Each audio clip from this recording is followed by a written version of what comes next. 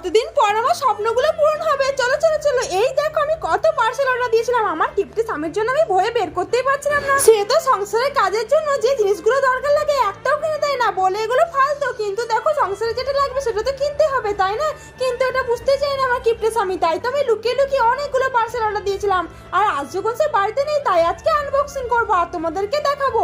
এই দেখো কত সুন্দর সুন্দর জিনিসগুলো, তাই না? আর আমি যদি ওর সামনেই পার্সেলগুলো আনবক্স করি তাহলে তো সে অজ্ঞান হয়ে যাবে দেখে শুনে যে এতগুলো টাকা নষ্ট করে দিচ্ছে, আমাকে বাড়ি থেকে বের করে দেবে। তাই তো আমি ওর সামনে ভয়ে বের করতে পারিনি। আরে কোথাও যাবার সুযোগটাই খুঁজছিলাম, আজ যখন সে গেছে তাই আমি অনেক আনন্দে পার্সেলগুলো বের করলাম। আর আমাকে সংসারে কোনো জিনিস কিনতে অনেক ভালো লাগে, কারণ এগুলো যদি হাতের কাছে থাকে তাহলে কাজ করতে অনেকটাই এগিয়ে যায়। তাই বলে আমি একা যখন থাকি তখন এগুলো এক এক করে অর্ডার করি। আর আমার হাজবেন্ড বুঝতেই পারে না যে আমি এই সংসারের জিনিসগুলো অর্ডার করেছি, তাই একটা রুমের মধ্যে বন্দি করে রেখেছিলাম।